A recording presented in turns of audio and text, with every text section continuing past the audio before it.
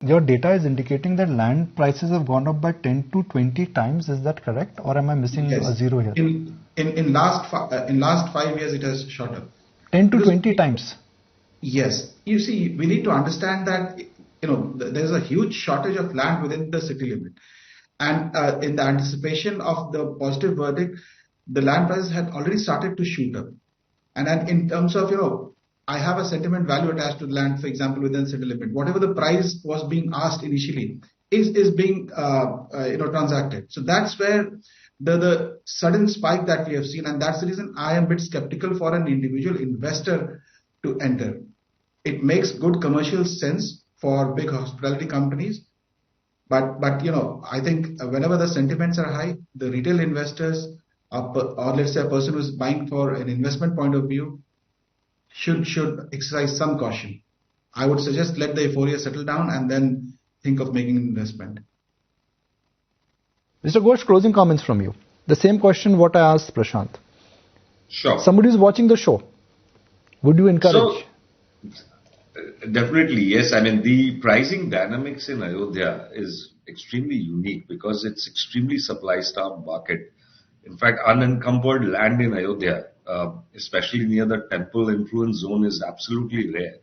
Therefore, my personal belief is that wherever there is a credible proposition from trusted land developers, will always command a premium. In fact, we are seeing, in a recent government auction, bidders agreed to pay almost 1.5 lakh square feet per square meter for raw land, which is almost a 10x jump in 5 years. The bidding price was at around 88,000 square meters, and it was finally sold at a lakh per square meter as far as the pricing is concerned. So yes, the point that I would like to make here is that it makes immense sense considering the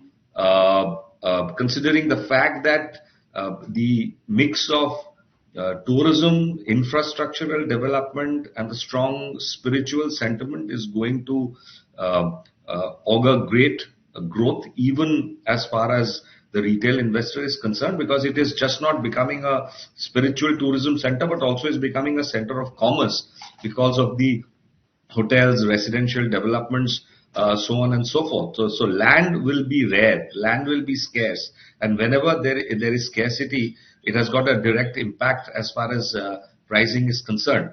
So, and the kind of investment which is almost, the government intends to invest almost 85,000 crore rupees over the next 10 years. So all of this are the makings of how the city will evolve. The Temple Trust suggests that with the mandir opening, there will be almost 80,000 to 1 lakh visitors every day. I mean, Vatican City gets about 5 million visitors every year, and you're talking about almost 35 crore plus visitors every year.